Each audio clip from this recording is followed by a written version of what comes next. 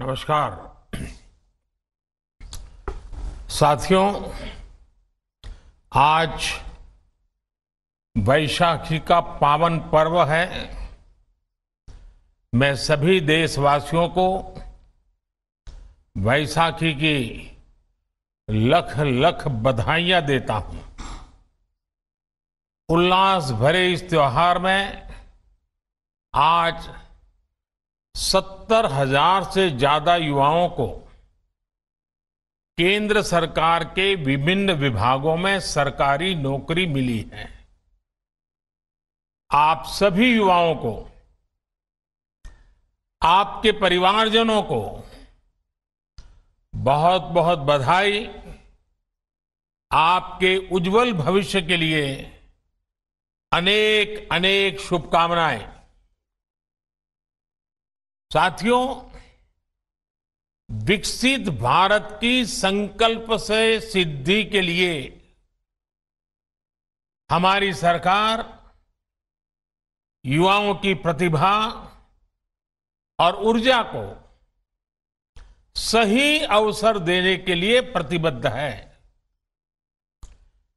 केंद्र सरकार के साथ ही गुजरात से लेकर असम तक, उत्तर प्रदेश से लेकर के महाराष्ट्र तक एनडीए और भाजपा शासित राज्यों में सरकारी नौकरी देने की प्रक्रिया तेज गति से चल रही है।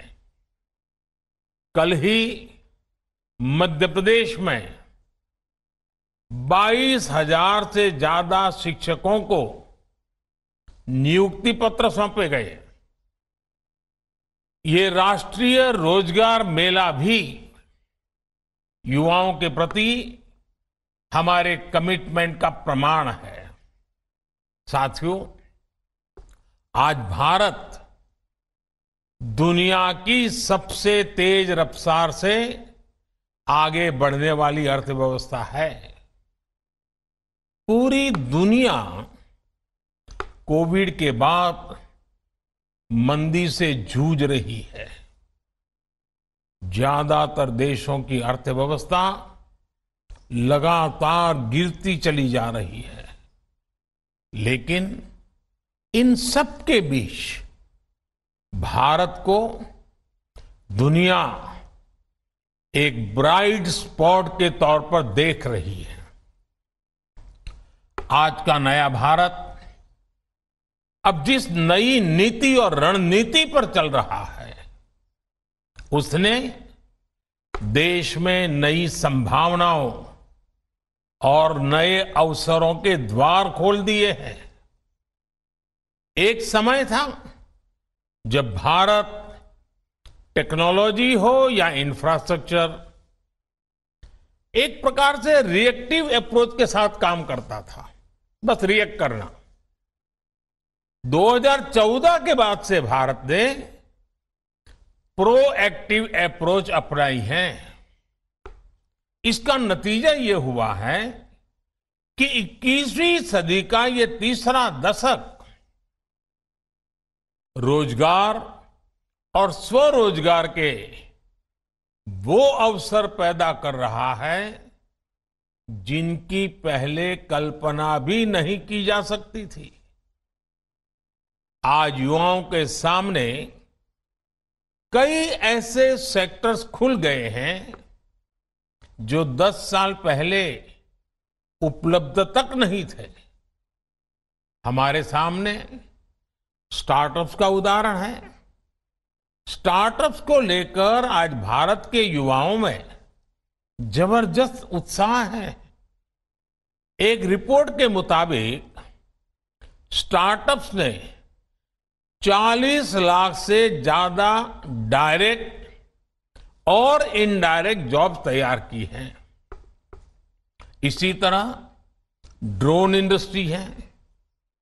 आज एग्रीकल्चर हो या डिफेंस सेक्टर, इंफ्रास्ट्रक्चर से जुड़े सर्वे हो या फिर स्वामित्व योजना, ड्रोन की मांग लगातार बढ़ती जा रही है। इसलिए बहुत सारे युवा ड्रोन मैन्युफैक्चरिंग, ड्रोन फ्लाइंग से जुड़ रहे हैं। आपने ये भी देखा है कि बीते 8-9 वर्षों में कैसे देश के स्पोर्ट्स सेक्टर का कायाकल्प हो गया है। आज देश भर में नए स्टेडियम तैयार हो रहे हैं, नई एकेडमी तैयार हो रही है। इनमें कोच, टेक्नीशियन, सपोर्ट स्टाफ की जरूरत पड़ रही है।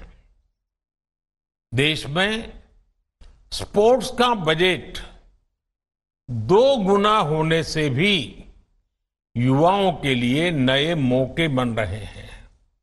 साथियों, आत्मनिर्भर भारत अभियान की सोच और अप्रोच सिर्फ स्वदेशी अपनाने और वोकल फॉर लोकल से कहीं ज्यादा है। ये सीमित दायरे वाला मामला नहीं है। आत्मनिर्भर भारत अभियान गांव से लेकर शहरों तक भारत में रोजगार के करोड़ों नए अवसर पैदा करने वाला अभियान है। आज आधुनिक सैटेलाइट से लेकर सेमी हाई स्पीड ट्रेन तक भारत में ही तैयार हो रही है। बीते 8-9 वर्षों में देश में 30,000 से ज्यादा नए और सुरक्षित LHB कोचेज बनाए गए हैं। इनके निर्माण में जो हजारों टन स्टील लगा है, अलग अलग प्रकार के प्रोडक्ट्स लगे हैं, उन्होंने पूरी सप्लाई चेन में रोजगार के हजारों नए अवसर बनाए हैं। मैं आपको भारत की टॉय इंडस्ट्री का भी उदाहरण दूंगा। अभी जितेंद्र सिंह जी ने उसका उल्लेख भी किया। दशकों तक भारत के बच्चे विदेशों से इंपोर्ट किए गए खिलौनों से ही खेलते रहे। ना तो उनकी क्वालिटी अच्छी थी, ना ही वो भारतीय बच्चों को ध्यान में रखकर बनाए जाते थे। लेकिन कभी किसी ने इस पर ध्यान नहीं दिया। हमने आयात होने वाले खिलौनों के लिए क्वालिटी पैरामीटर तय किए और अपनी स्वदेशी इंडस्ट्री को बढ़ावा देना शुरू किया। 3-4 वर्ष में ही टॉय इंडस्ट्री का कायाकल्प हो गया और इससे रोजगार के अनेकों नए अवसर तैयार हुए।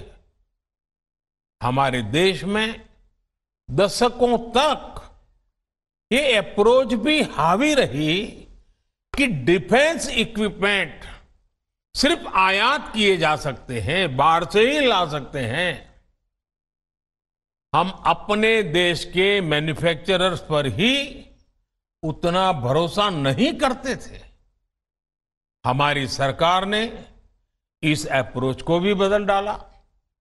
हमारी सेनाओं ने 300 से ज्यादा ऐसे साजो सामान और हथियारों की लिस्ट तैयार की है जो अब भारत में ही बनाए जाएंगे, भारतीय इंडस्ट्री से ही खरीदे जाएंगे।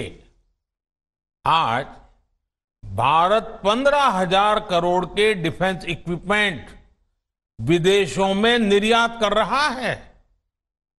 इससे रोजगार के हजारों अवसर तैयार हुए हैं। साथियों, आपको एक और बात कभी भी भूलनी नहीं चाहिए। जब देश ने 2014 में हमें सेवा का अवसर दिया, तब भारत में बिकने वाले ज्यादातर मोबाइल फोन विदेशों से आयात किए जाते थे। हमने लोकल प्रोडक्शन बढ़ाने के लिए इंसेंटिव्स दिए। अगर आज भी 2014 से पहले वाली स्थिति होती तो फॉरेन एक्सचेंज पर हमारे लाखों करोड़ रुपए खर्च हो गए होते। लेकिन अब हम ना सिर्फ घरेलू जरूरतों को पूरा कर रहे हैं बल्कि मोबाइल फोन का निर्यात भी कर रहे हैं, दुनिया के देशों में पहुंच रहा है। इससे भी रोजगार के हजारों नए अवसर बने हैं। साथियों, एम्प्लॉयमेंट जनरेशन का एक और पक्ष है और वो इंफ्रास्ट्रक्चर प्रोजेक्ट्स में सरकार द्वारा किया गया इन्वेस्टमेंट। हमारी सरकार इंफ्रास्ट्रक्चर प्रोजेक्ट्स में तेज रफ्तार के लिए जानी जाती है। जब सरकार कैपिटल एक्सपेंडिचर पर खर्च करती है तो बड़े पैमाने पर इंफ्रास्ट्रक्चर जैसे रोड, रेलवे, पोर्ट, नई इमारतें, बहुत सी प्रकार की चीजें तैयार हो जाती है। इंफ्रास्ट्रक्चर निर्माण में इंजीनियर, टेक्नीशियन, अकाउंटेंट, श्रमिक, हर प्रकार के उसमें तरह तरह के इक्विपमेंट, स्टील, सीमेंट, ऐसी भांति भांति की चीजों की जरूरत पड़ती है।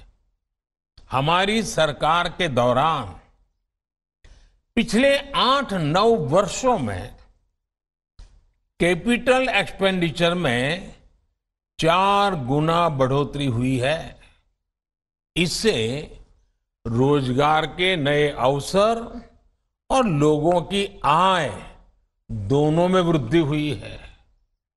मैं आपको भारतीय रेलवे का उदाहरण देता हूं। 2014 से पहले 7 दशकों में 20,000 किलोमीटर के आसपास रेलवे लाइनों का इलेक्ट्रिफिकेशन हुआ था। पिछले 9 वर्षों में हमने करीब करीब 40,000 किलोमीटर रेल लाइनों का इलेक्ट्रिफिकेशन पूरा किया है। 2014 से पहले एक महीने में सिर्फ 600 मीटर नई मेट्रो लाइन बनाई जाती थी। 600 मीटर। आज हम हर महीने लगभग 6 किलोमीटर की नई मेट्रो लाइन बना रहे हैं। तब हिसाब मीटर में होता था, आज हिसाब किलोमीटर में हो रहा है। 2014 में देश में 70 से भी कम जिलों में 70 से भी कम जिलों में गैस नेटवर्क का विस्तार हुआ था। आज ये संख्या बढ़कर 630 जिले तक पहुंच गई है। कहां 70 जिले और कहां 630 जिले। 2014 तक ग्रामीण इलाकों में सड़कों की लंबाई भी 4 लाख किलोमीटर से कम थी। आज ये आंकड़ा भी बढ़कर 7.25 लाख किलोमीटर से ज्यादा हो चुका है। आप अंदाजा लगा सकते हैं कि जब गांव में सड़क पहुंचती है तो उसका क्या क्या प्रभाव होता है। इससे पूरे इकोसिस्टम में तेज गति से रोजगार का सृजन होने लगता है।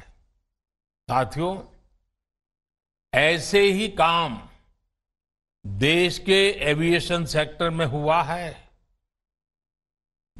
2014 तक देश में 74 एयरपोर्ट थे। आज इनकी संख्या 148 हो गई है। हम सभी जानते हैं कि एयरपोर्ट ऑपरेशंस में कितने ज्यादा स्टाफ की जरूरत पड़ती है। आप अनुमान लगा सकते हैं कि इतने नए एयरपोर्ट्स ने भी देश में हजारों नए अवसर तैयार किए हैं। और आपने देखा है कि हाल ही में एयर इंडिया ने रिकॉर्ड संख्या में नए हवाई जहाज खरीदने का ऑर्डर दिया है। कई और भारतीय कंपनियां भी इसी तैयारी में हैं। यानी आने वाले दिनों में इस सेक्टर में कैटरिंग से लेकर इन फ्लाइट सर्विसेज तक, मेंटेनेंस से लेकर ऑन ग्राउंड हैंडलिंग तक बड़ी संख्या में नए अवसर तैयार होंगे। ऐसी ही प्रगति हमारे पोर्ट सेक्टर में भी हो रही है। समुद्री तट का जो विकास हो रहा है, हमारे पोर्ट्स जो डेवलप हो रहे हैं, आज हमारे पोर्ट्स पर पहले की तुलना में कार्गो हैंडलिंग 2 गुनी हो चुकी है और इसमें लगने वाला समय अब आधा रह गया है। इस बड़े बदलाव ने पोर्ट सेक्टर में भी बड़ी तादाद में नए अवसर तैयार किए हैं। साथियों, देश का हेल्थ सेक्टर भी एम्प्लॉयमेंट जनरेशन का बेहतरीन उदाहरण बन रहा है। 2014 में भारत में 400 से भी कम मेडिकल कॉलेज थे। आज 660 मेडिकल कॉलेज है। 2014 में अंडर ग्रेजुएट मेडिकल सीटों की संख्या करीब 50,000 थी। आज 1 लाख से ज्यादा सीट उपलब्ध है। आज पहले के मुकाबले 2 गुनी संख्या में डॉक्टर परीक्षाएं पास करके तैयार हो रहे हैं। आयुष्मान भारत योजना की वजह से देश में अनेकों नए अस्पताल और क्लिनिक बने हैं। यानी इंफ्रास्ट्रक्चर का हर प्रोजेक्ट रोजगार और स्वरोजगार उसमें बढ़ोतरी सुनिश्चित कर रहा है। साथियों, ग्रामीण अर्थव्यवस्था को गति देने के लिए सरकार जो एफपीओस बना रही है, सेल्फ हेल्प ग्रुप्स को लाखों करोड़ों की मदद दे रही है, स्टोरेज कैपेसिटी का विस्तार कर रही है, उससे गांव के युवाओं के लिए अपने गांव में ही रोजगार के अवसर बन रहे हैं। 2014 के बाद से देश में 3 लाख से ज्यादा नए कॉमन सर्विस सेंटर्स बने हैं। 2014 के बाद से देश के गांवों में 6 लाख किलोमीटर से ज्यादा ऑप्टिकल फाइबर बिछाया गया है। 2014 के बाद से देश में 3 करोड़ से ज्यादा घर गरीबों को बनाकर दिए गए हैं। इनमें से 2.5 करोड़ से ज्यादा घर गांवों में ही बने हैं।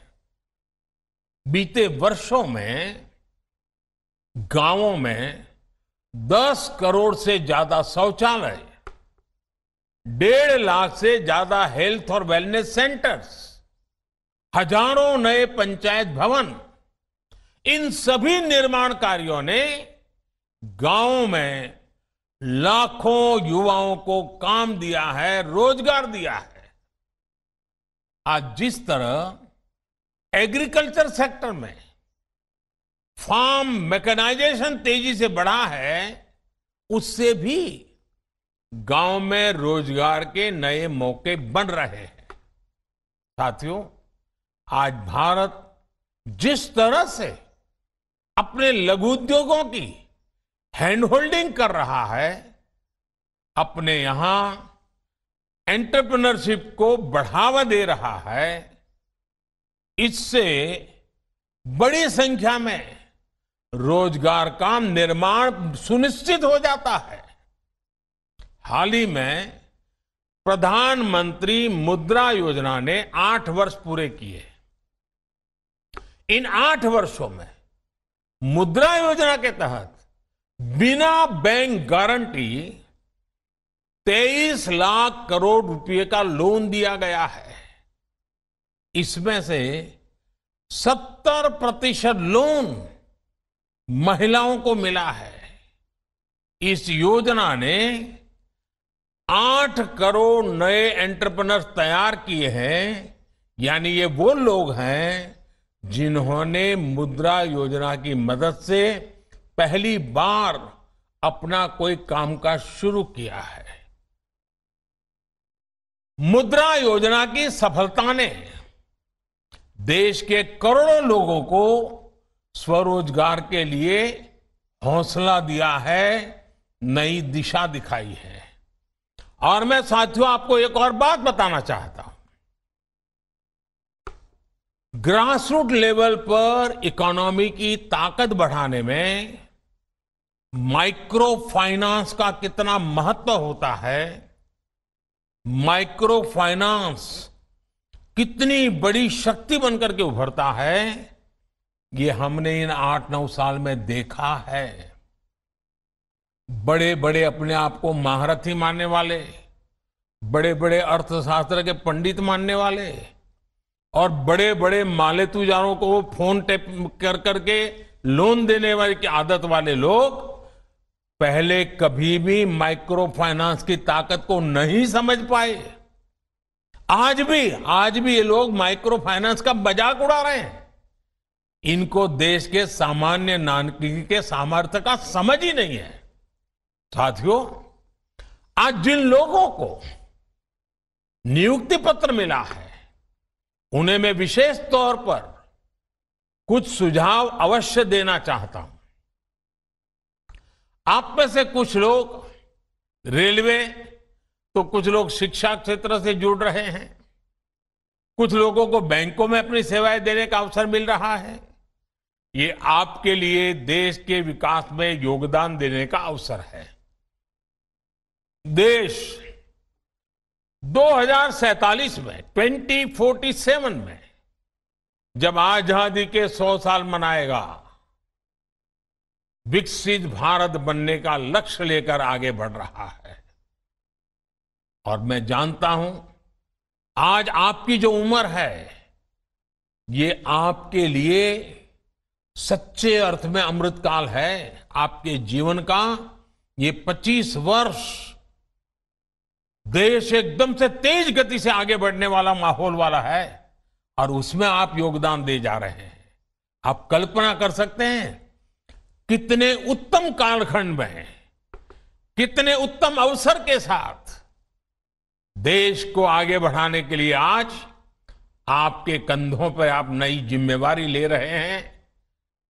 आपका एक एक कदम, आपके समय की एक एक पल देश को तेज गति से विकसित भारत बनाने में काम आने वाली है।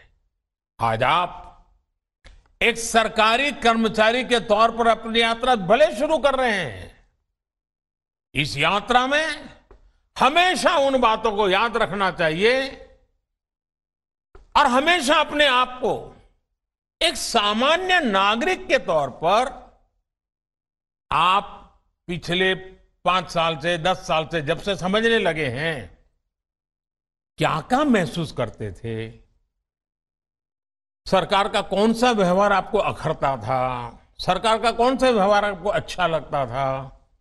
आप भी ये जरूर मन में मानिए कि जो बुरे अनुभव आपको आए हैं, आपके रहते हुए किसी भी देश के नागरिक को बुरा अनुभव नहीं आने देंगे। जो आपको बीती होगी आपके कारण किसी को नहीं बीतेगी। यही बहुत बड़ी सेवा है।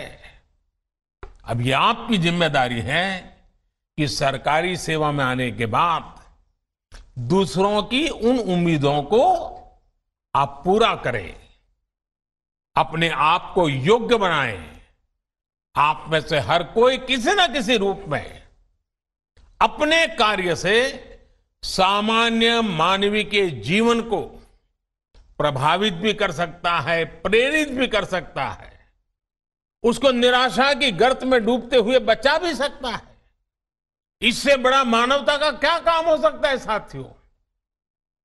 आपकी कोशिश होनी चाहिए कि आपके कार्य का सकारात्मक प्रभाव हो, आपके काम से सामान्य मानवीय का जीवन बेहतर हो, व्यवस्थाओं पर उसका विश्वास बढ़ना चाहिए। मेरा आप सबसे एक और आग्रह है, आप सबने कड़ी मेहनत से ये सफलता हासिल की है, लेकिन सरकारी नौकरी पाने के बाद भी सीखने की प्रक्रिया को रुकने ना दें।